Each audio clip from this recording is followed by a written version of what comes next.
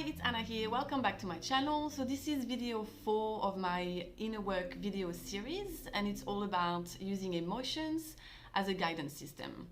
And this is, in my opinion, the most important video of this inner work series, because if there's anything that I'd really like to help you with is to really fine-tune this internal guidance system that you have been gifted with so well that everything becomes clearer for you. That's really the ultimate goal of healing, right?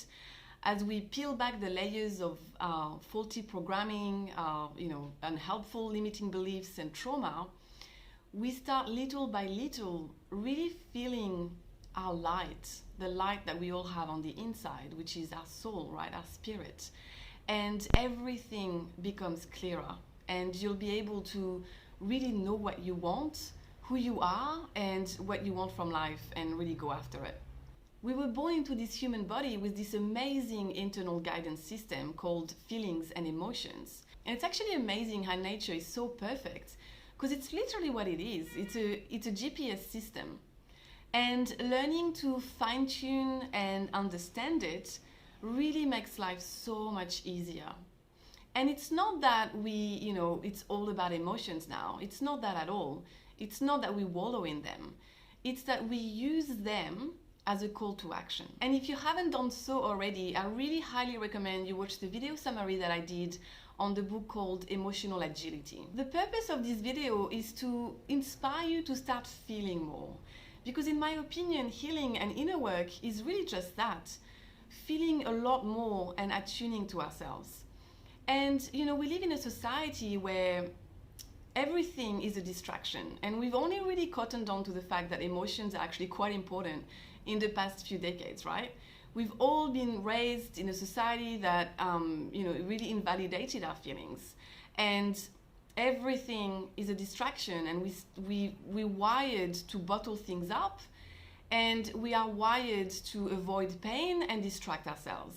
And this can look like drinking a glass of wine every evening to unwind, aka numb ourselves. It can look like eating chocolate. It can look like going shopping and buying things that you don't need. It can look like catching up with friends every time you have some free time, so that you don't spend time on your own with your own thoughts and feelings. And the truth is, we are all doing it, and it's okay. That's what society did to us, and now we know better, and we are trying to heal from that. And the reason why I'm able to discuss this and see it is because obviously I've done it. I was there. I was so disconnected from my feelings that I actually really had a very limited vocabulary about emotions. And I think that's the first sign that there's a problem, because there's actually a very big difference between being upset, which actually is not even an emotion, and being upset can mean so many different things. It can mean being sad, being ashamed, being guilty, being angry. So, the call to action will be very different depending on what the feeling actually is. So, being able to name the specific emotion is very important as well. So first, I want to discuss why it's so important to fine-tune into this internal guidance system and what outcome you can expect when you are doing it right. And later on, I actually want to explain to you how I went about it. And obviously, by no means am I saying I'm an expert. The purpose of all these videos is simply to share my own experience in my own words and help you heal. That's really the purpose behind this YouTube channel. I'm not a guru, I'm not a teacher, I'm not an expert. I just really want you to know that. And actually, the purpose of this video is to make you understand that there is no one size fits all. We are all so different, and this is why teaching you to fine-tune into your own guidance system is so important, because no one else knows what's best for you. No one else is inside your body feeling what you are feeling, with the childhood that you had and the upbringing that you had up until this point. No coach, no therapist can tell you what to do. The only thing that people can help you with is to really ask you pertinent questions, and the right questions to make you think and feel more. This is what the key to healing is. No one else can do it for you, and that's why. It's because we are all unique, and this is why I'm so passionate about this. You know, obviously in this world of social media now, it's all about very short snippets, you know, very short posts, and I get that. But the problem is we lose a lot of nuance in that. And then you can have blanket statements that are being said, like, for example, it's all about surrendering. You know, like there's this big thing now that it's all, you know, surrender is amazing and that's what everyone should be doing. But it's actually not true. Surrender can be the best thing for some people, and it can also be the worst thing for other people, because some people are actually using surrender as a way of not taking action in their life when they should really make changes. And I will be doing a specific video at some point discussing that in more detail, because I feel like it's actually really important, especially for you guys, like as parents. It's so important to know that there's so much parenting advice out there, and you will really need to tune into each specific situation, because we are unique. If you have multiple children, one thing is not going to work for one and it's not going to work for the other, and it depends on each situation as well. So this is why really learning to develop and fine-tune that internal guidance system is, honestly, it's everything. It's changed my life. So this is the purpose of this video. So let's start with discussing why it's important and what you can expect. And the first thing that I've noticed with me is that it's given me discernment. And this is huge, right? And this is in line with what I've discussed about the fact that there's so much nuance and so much gray areas in everything, right? But for me, one of the big things was discerning whether the emotion that I was feeling was actually mine or not. And this is big for a lot of people, especially if you tend to be quite loving and compassionate. We often absorb emotions from others. And when you start fine-tuning and really feeling into it and tuning into your emotions, you start realizing that sometimes you're feeling sad and you're trying to understand why, and you think there's something wrong with you, but actually it has nothing to do with you. It's because you've been spending a bit too much time with a particular person that's maybe quite depressed at the moment and stuck in victim mentality, and it's affecting you. And, you know, being able to discern that empowers you to start being more fussy about who you spend time with. And, you know, I used to be someone who thought that it was my job to make other people happy. I hated seeing loved ones unhappy.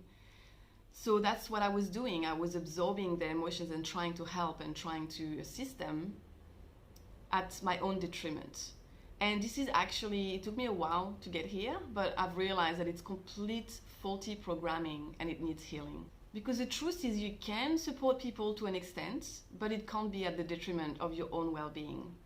And people need to take a lot more responsibility for their own healing. You know, when you think it's your job to help them, you are actually inadvertently enabling them and keeping them stuck and unable to see their own responsibility in their own suffering, right? And being able to put that boundary with someone and telling them, okay, this is too much for me, I'm going to need you to look after yourself and take responsibility for this.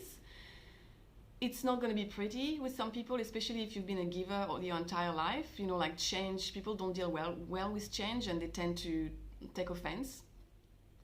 But in my own experience, that's how it started. But then they turn around and they actually become, if they go away and do their own healing, they actually become thankful because they become sovereign. And I realized that I was robbing them of that sovereignty. And another thing about discernment is that you are going to be able to discern whether an emotion is related to the present moment or a past trigger. So for example, if you get really angry at your child for whatever reason, is it about the mess and the fact that you are extremely tired and your needs aren't met and therefore you need more time to yourself? Or is it because you were always chastised as a child in the same scenario and what you are feeling is a call to action to look deeper into inner child healing? It's two very different things, and you need to be able to tune in and feel into what it is so you can take the right action. And sometimes it's both. I'm not saying that it's either or, but all I'm trying to do is to try to inspire you to feel into it so that you're able to know. Another thing about fine-tuning my internal guidance system that I've noticed is that it's given me so much more self-worth, which I guess, is a byproduct of this discernment that I'm talking about. But when you do that process and you heal through that process of feeling and discerning and tuning into things, you start feeling better and better about yourself. It's actually a byproduct of it without really trying to. Because being able to discern what's yours and what's not yours, it's actually an act of self-love. And, putting that boundary with people, it's an act of self-love. And the same with the other example that I gave about whether or not you are being triggered about a past event, or you are rightfully angry about something that's happening, or you are just tired. It's really loving yourself, feeling into things. It's giving you the grace. It's honoring yourself. It's spending time understanding yourself. Another outcome of it was obviously self-awareness. I mean, that's probably a no-brainer based on everything that I'm talking about, but really understanding what's happening with you and why you do certain things and why you're feeling certain things, and going deeper and deeper into your healing is really a big part of it. Is self-awareness. You are peeling back the layers so you can come back to you.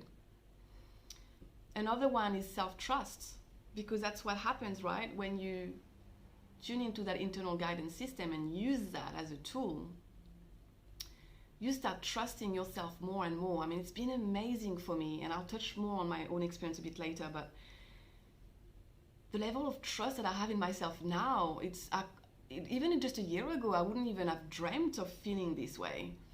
I was always so confused about things, confused about why I'm feeling this way, and I shouldn't. That was a big thing as well, like I shouldn't feel this way. And when you start using that internal guidance system as a tool, you don't judge it. You don't judge it. You observe it. You observe what's happening, and you decide which action you need to take and whether or not you need to take an action about it. Sometimes you don't. Sometimes you're just like, you know what, I'm tired. I'm tired, and I'm not able to have a nap right now because I've got 3 kids around me. But it's really trusting that internal guidance system, trusting yourself. Because once you become clearer, you're able to make so much decision that will impact your life positively. And the last one is intuition. This is this thing that everyone's talking about that I understood conceptually, but now that I'm so fine-tuned into my own internal guidance system, I know what they're talking about. I know what all these people were talking about. Now I can actually anticipate things as they come. There's these crazy things happening to me where the other week I had my gut was pinging like crazy, and I was tuning into it and I was trying to understand it, and then I pieced all the pieces of the puzzle together, and it was actually trying to alert me to some danger. And I'm not going to go in detail about it, but just to give you an example, that you become so intuitive, like you have a sixth sense about things. You start feeling into people's intentions. That's a huge one. I think I always have this kind of ability, but I was just confused about it. Now I'm not confused. I know exactly if you want something for me. If you're just being nice because you want something for me, I can feel that. If you are telling me that you're happy, but you're actually not, I can feel that. It's not about the words that you're saying. I can feel, the tone in your voice. I can feel it. I know.